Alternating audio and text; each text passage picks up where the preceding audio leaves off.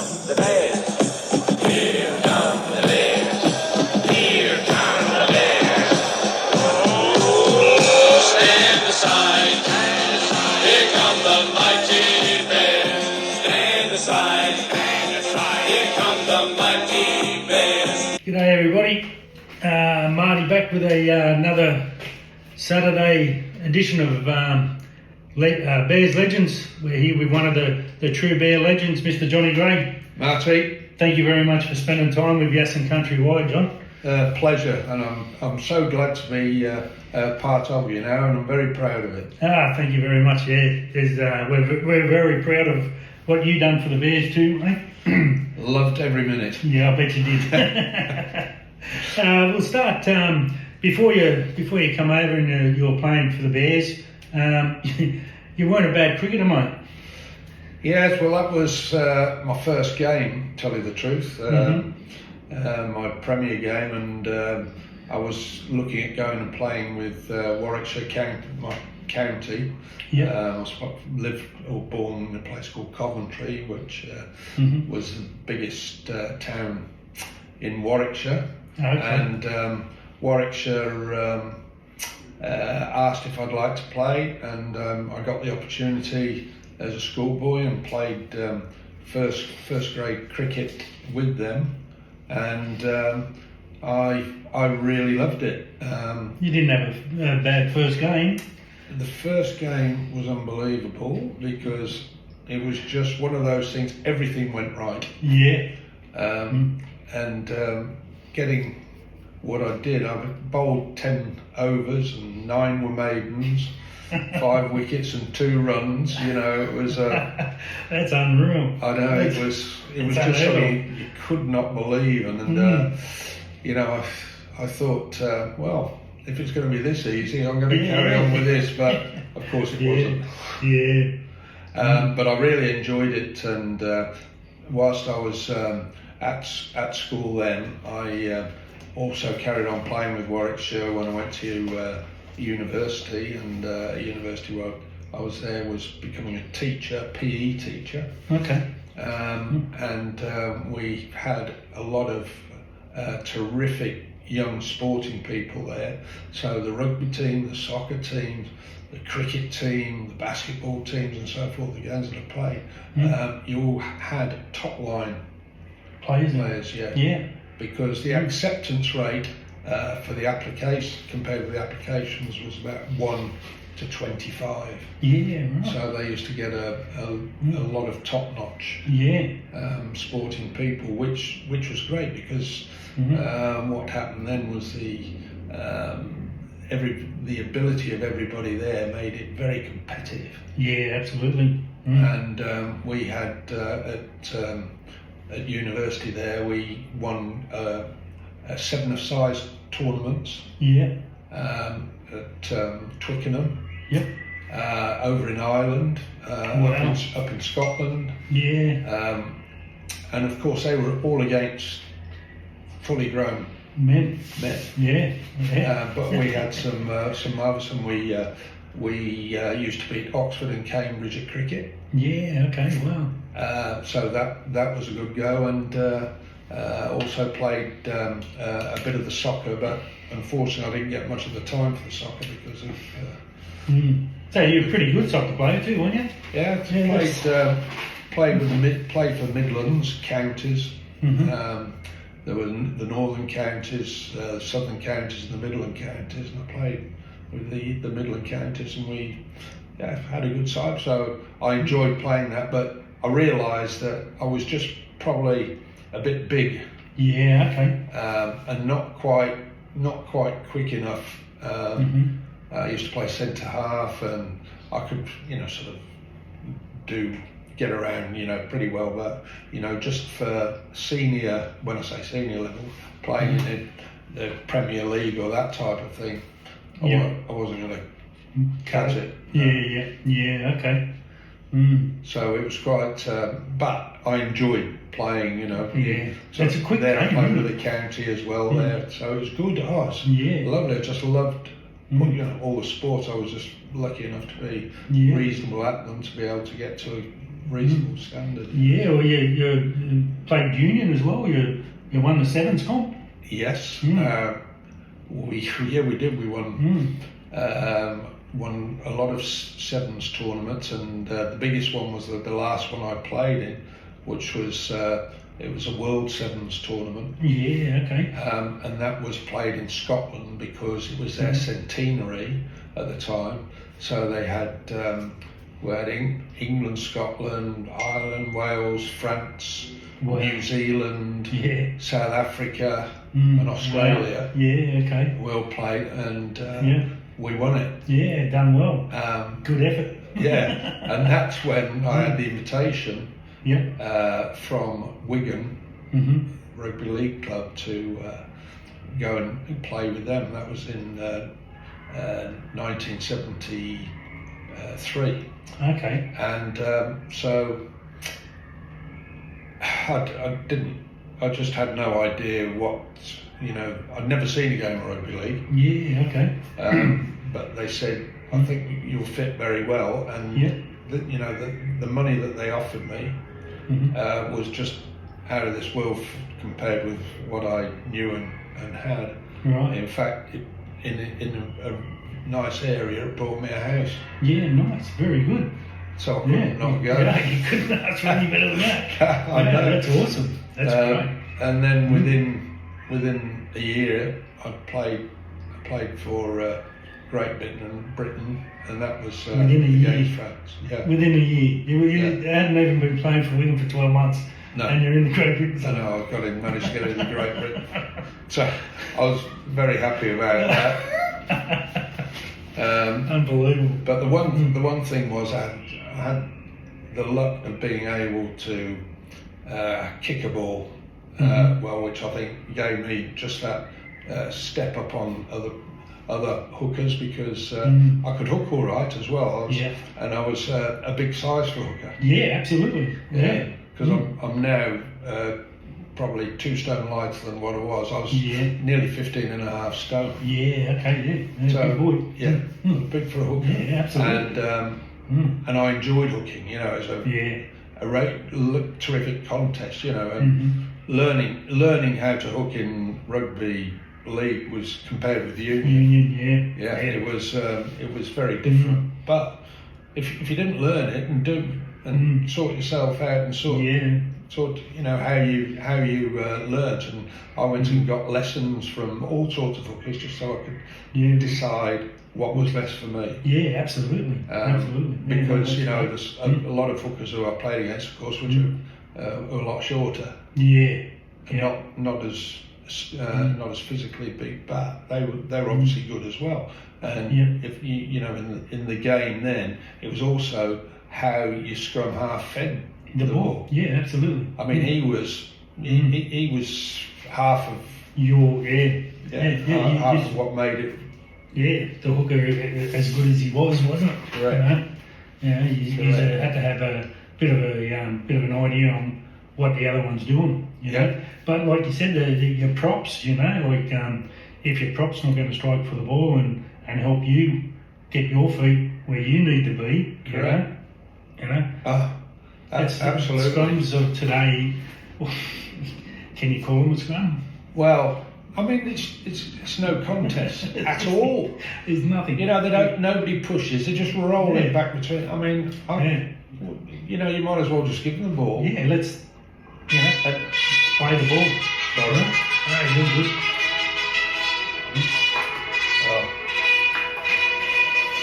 Sorry about that, everyone.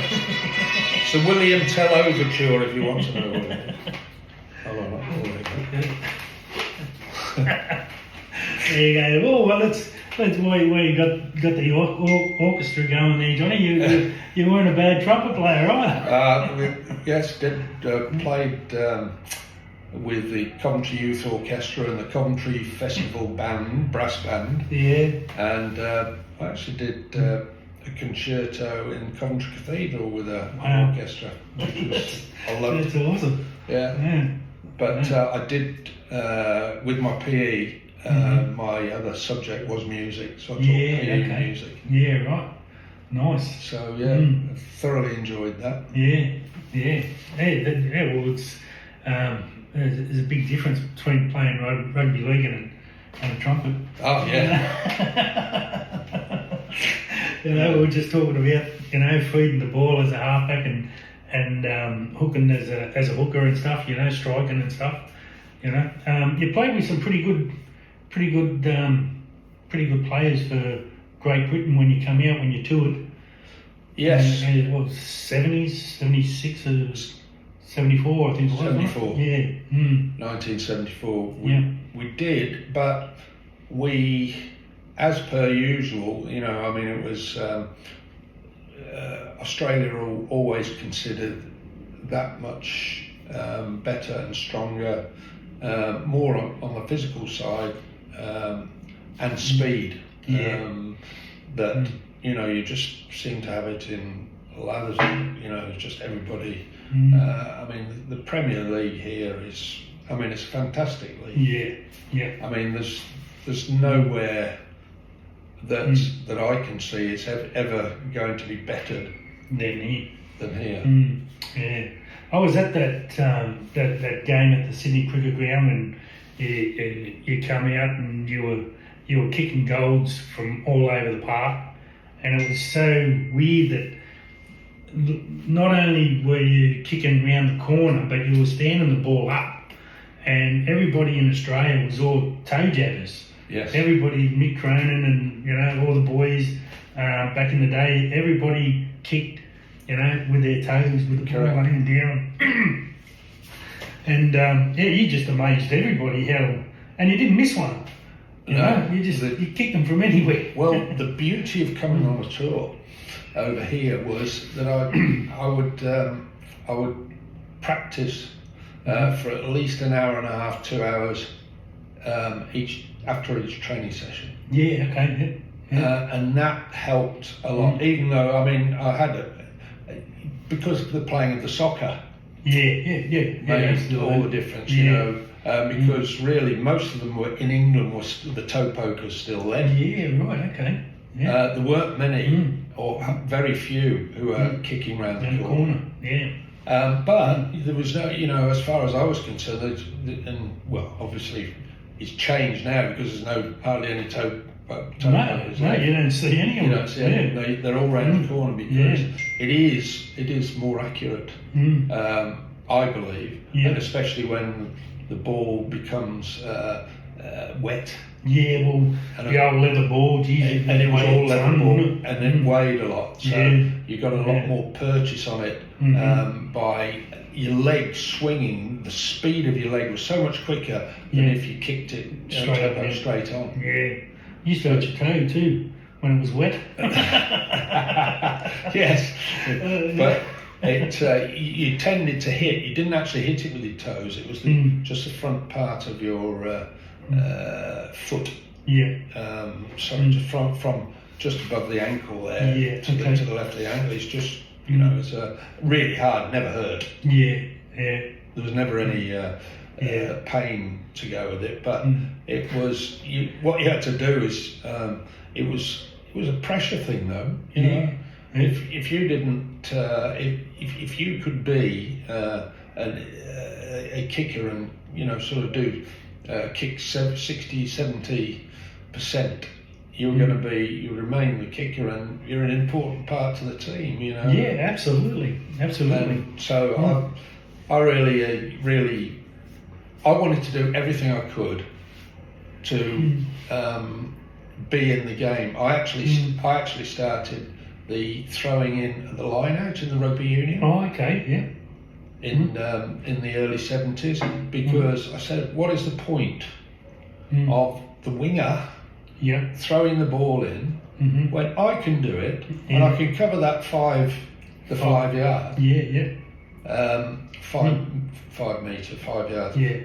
And I said, and the winger that I'm replacing, he can go out there behind the backs. Yep. And be an extra man play, and that'll make the defence absolutely crap themselves because there's an extra man there, and I can throw the ball in, okay, and so that changed everything as far as throwing the ball in was quite quickly. Is that where you got? That's where the shot put come into it. Was it, Johnny? Yeah. Oh yeah, the old shot. You're pretty good at shot put too. Yeah, I managed to be Midland champion at the shot put when I was at school, but that was just probably nobody else wanted to do it, you know. I'd have a go at anything. Yeah, absolutely. Yeah. And you were good at everything by the sounds of it. But Well, I put a lot of work into it though. yeah, You know, I trained hard yeah. all the time. I used to go up to our local memorial park, and you know, they had lots of pitches there, soccer and rugby, and I used to do a lot of heavy training, sprint training, and exercising. I'd do it most days, and to me that was the extra that other people didn't do. Yeah. That was going to help give me an advantage. Absolutely. Yeah. Well, there's a good lesson for all the young'uns out there. Don't hold back. Make sure you're all training as much as you possibly Can absolutely. You know the more you train, the stronger you get, the more endurance you've got, and you know it gives you confidence. Yeah, absolutely. After the you come out on the '74 tour, how did you become a Bear? Who approached you? How did you end up playing for the Bears? Actually, it was I wasn't going to be a Bear eventually because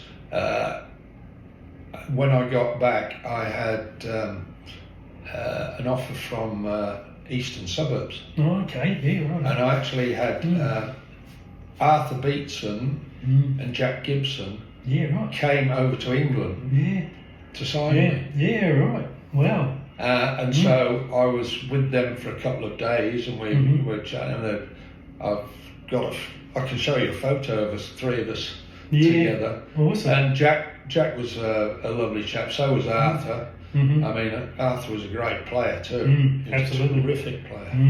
Jesus, so he's big and strong, got great ball skills. Yeah. Terrific player.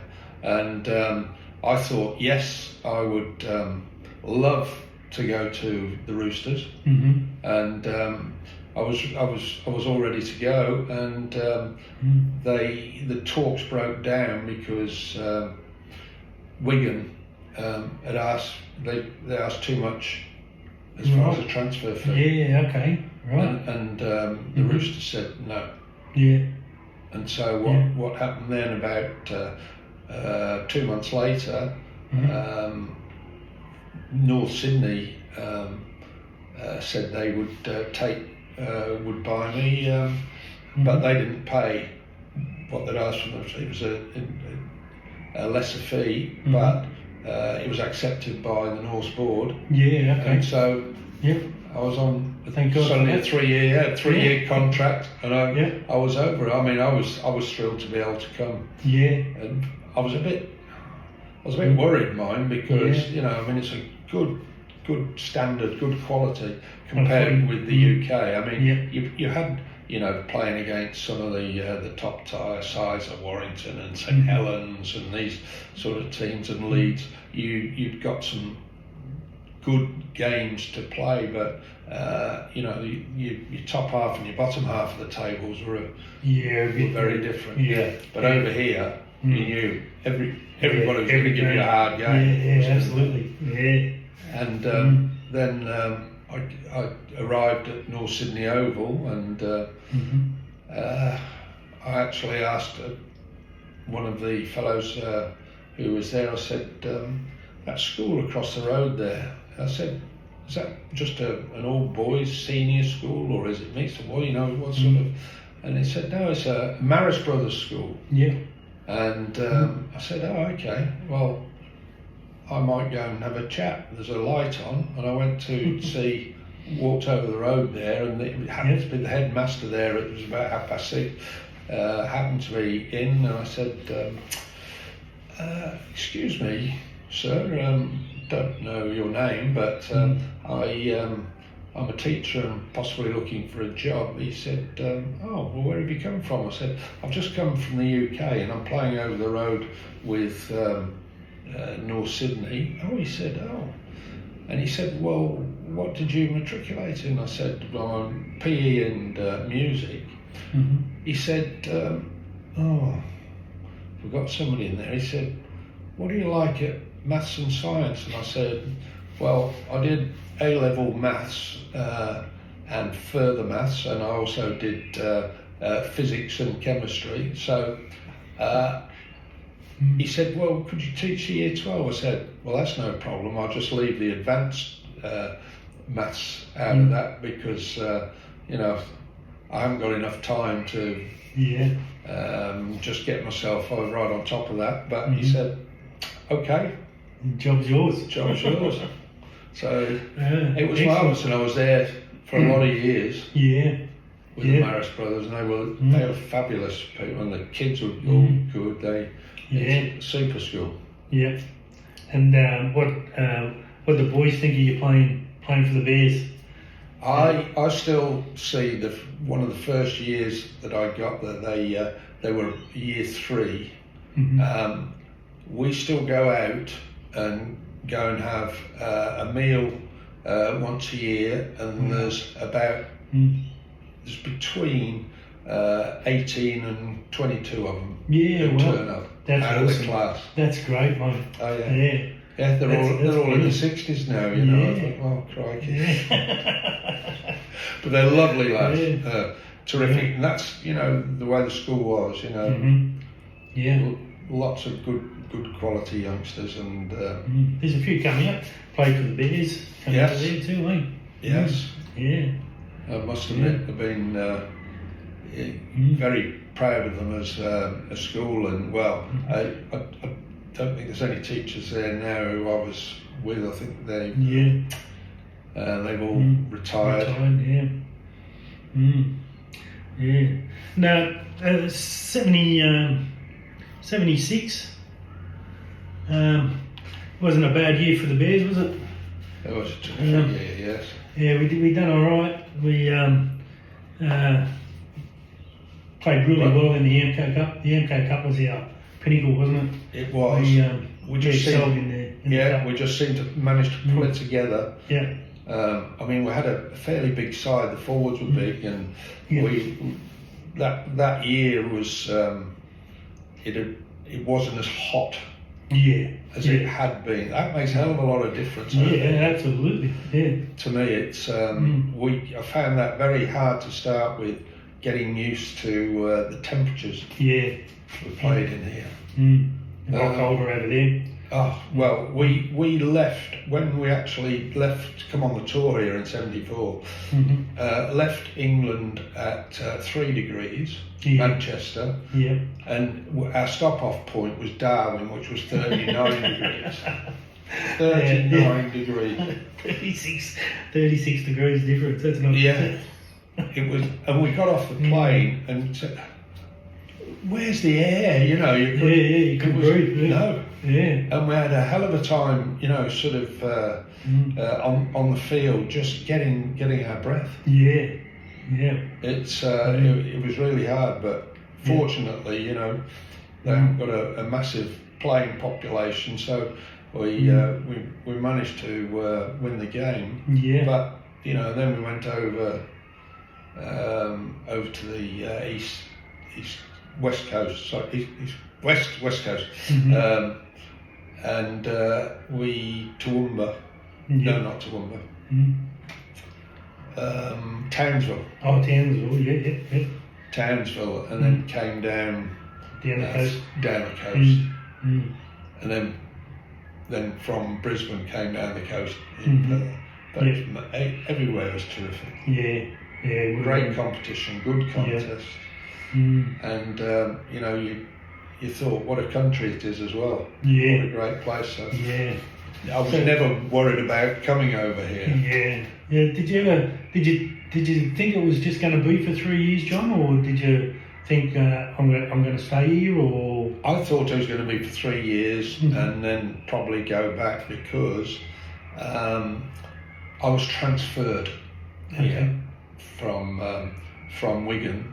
Yeah. And then once I finished my contract here for 3 years with North Sydney, I became a free agent. Yeah.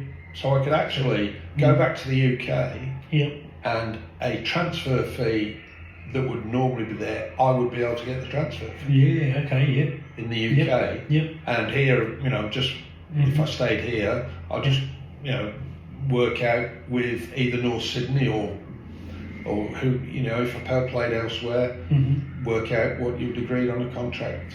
Yeah. So I thought it was, I wanted to come back here because I really enjoyed Australia and the people, and I must admit that I thought I'd probably go back home initially. Yeah. But things went pretty well, and I thought, well, why wouldn't I stay here? Because your salary was much better than you get in the UK.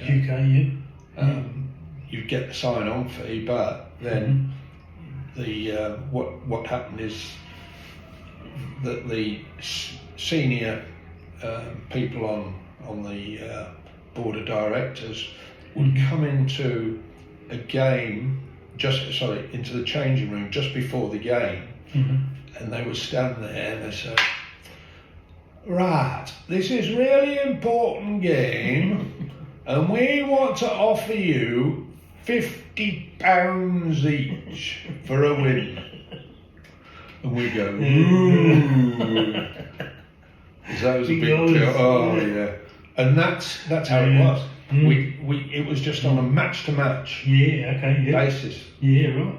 Yeah. It didn't get sort of an annual sign-on fee. Yeah. So you didn't have like a fixed contract. It was just week by week. Yeah. That's unreal, isn't Yeah. it? But you got an initial sign-on. Yeah. And that wasn't always. I mean, for most of them, for those players who were born in sort of Lancashire, Yorkshire, it was never a lot because they only paid, sort of the big bucks to try and get people in, because most of the time it was hard to get outsiders. Yeah. Okay. They didn't want to do it. They didn't really know the game. They didn't know if they'd be good enough. They really just didn't know how to handle it. And but of course, all the people in and the good players in Lancashire and Yorkshire, they weren't going to go to Union either. Because there was no money, because it was an amateur game. Yeah. It's the only place you got. Sort of earned $1 out of a rugby game. Yeah. I mean, I think I can't remember. I think was it probably late 80s where rugby union became professional. Yeah. But for a long time, they didn't get a penny. Yeah, that's right. Yeah. So very, very difficult for those who needed to be able to earn some money out of the game. Absolutely, yeah. Like,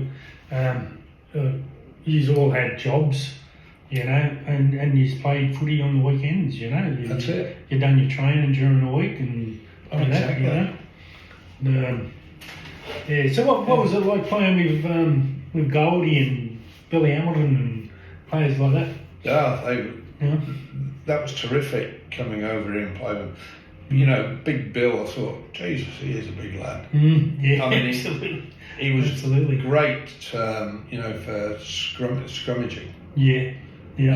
He knew exactly what he was doing. He didn't take a backward step. He was okay with his feet, and and that's what you need. And we had, there was Donny as well, who was on the blind side, and you had, Goldie, who was a big lad as well. You had Glenn Boatswain, who was a big lad as well, and that extra push. Yeah. I mean, we used to give teams belting out that. I mean, I never played against any hooker who was any bigger than me. Yeah. Either. So, we had a lot of weight, and of course, if you got the ball all the time, you know, you got to win the game. Haven't That's you? right. That's exactly right. Yeah. Especially with you know, if you could win sort of 2/3 of the ball. Yeah. The more ball you got, the better you're on. Exactly, and that, and they used to have, you know, sort of. I used to be anything about 70 to 75% winning rate. But that's all as much as anything because the blokes I had with me who could scrummage and the back rowers Pushing. Yeah. You know, they knew that if they didn't, you know, they've got to be out there tackling. You know, Yeah, that's right. Exactly. What you'd rather be. It's better running the ball than tackling. Absolutely. Yeah. Absolutely. Yeah. So it was a really good. And they weren't only just big. I mean, they could run as well. Yeah. Yeah. Absolutely. Great. They're big lumps of meat who could run well. Yeah. Absolutely. So you played. We played the Roosters in front of the Queen. That was you got to meet the wonderful. Queen. Yeah. All the boys. I told her. I said. She said. She said. Because she'd been told who I was. Who have we got here? And I said. Do you realise? Okay, I had to come all the way to Australia to meet you. How did that go down? She loved it. She was good. She giggled. Yeah. And said, yes. And met Charles as well. Yeah. Okay. Sorry, Philip. Philip. Yeah. And he was nice, but it was just amazing coming to Australia and meeting them here, and they just come off been over. I don't know whether they come by boat or whether they come by plane. I'm not really sure, but I can't remember. But it was to meet her was so really nice. Absolutely. Around, Yeah, that would have been awesome. Yeah. There's a couple of photos of Billy Hamilton and that. I've got photos of it there. Oh, have you? I let's have a look before I go. Yeah. Oh, love it. Yeah. No, that was awesome. 82. You got the Daily M award for the winning hooker.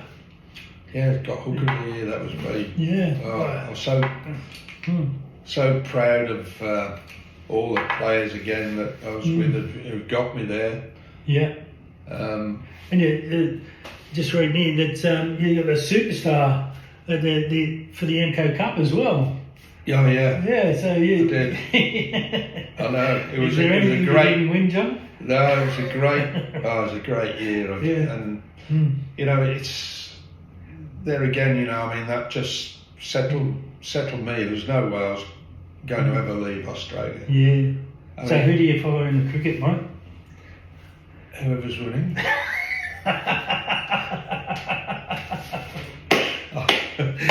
Well done. Yes, I can sway quite easily. Very well answered. But it's good though. It's good to watch. I mean, those English supporters, they're buggers, aren't they? Yeah, I don't know what Barmy Army. Oh, yeah, unbelievable. Yeah, they try and give it to us too. But I mean, look, we're all from the same background. Yeah, that's right, exactly. All the genes are there. Yeah. And I don't. I come over it, and I really don't see any difference between my English friends, and so all the only thing that's different is an accent. Yeah, that's right. Yeah. We'll see things the same way. Yeah, definitely. Absolutely. Now, 83, you retired. You pulled the pin. 83. Yeah. Your back and your forearms and stuff. Yeah, I suppose I was getting on a bit then. I was 35, coming up 36, and so I was happy I had a good run. Absolutely, yeah. And I as you say, I was having varying problems, injuries. You didn't recover as quickly. No, you're when you got older. Yeah, No. yeah, that's Unfortunately, it just doesn't happen. And yeah. so I thought, well, this is it. And I then actually went into started in a business. Okay. Yeah. Yes, with a friend of mine from the UK who was in plastics in the UK and came over, and we started a plastics company, importing raw materials and selling to local manufacturers of Okay. plastic. Yeah. A lot of that was in sheeting and so forth for mines, Okay. and also for big pipe for mines, sort of meter. Oh yeah, meter round pipes. Meter line, Yeah. And that, I mean, it took us probably 7 years before we made our first profit, Yeah. Okay. Yeah. but we kept going. Yeah.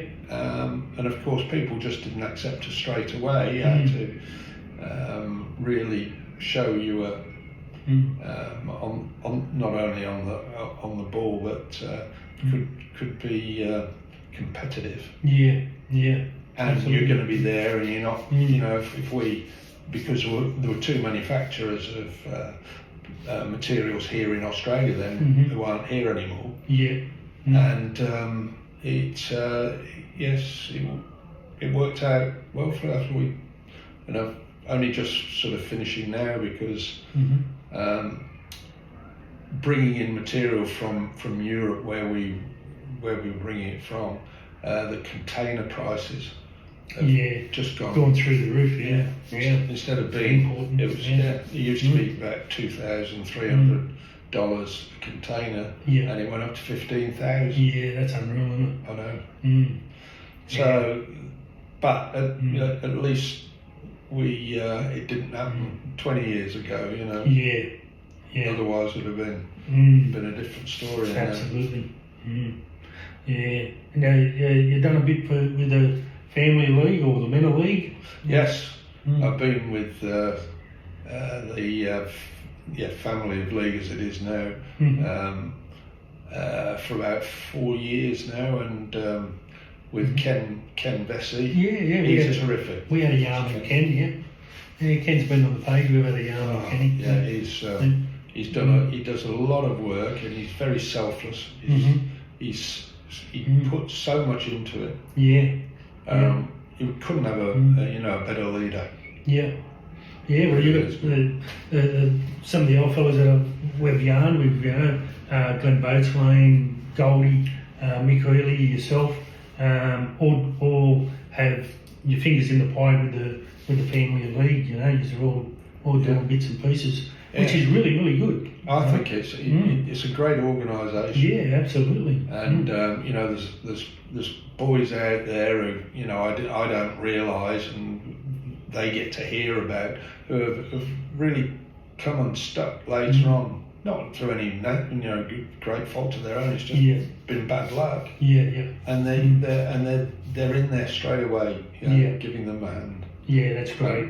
Yeah. I think so. Yeah. Yeah. So everybody, if you're not a member of the Menna League, I think it's about a $20 sign up fee, and it all goes to anybody who's got anything to do with rugby league. It's a great organisation. Yeah, couldn't agree more. Please, get on board. Yes, I'd say anybody, you'll feel good about what you hear and what they do, and the lift it gives to those people who need it. Yeah, absolutely. Yeah.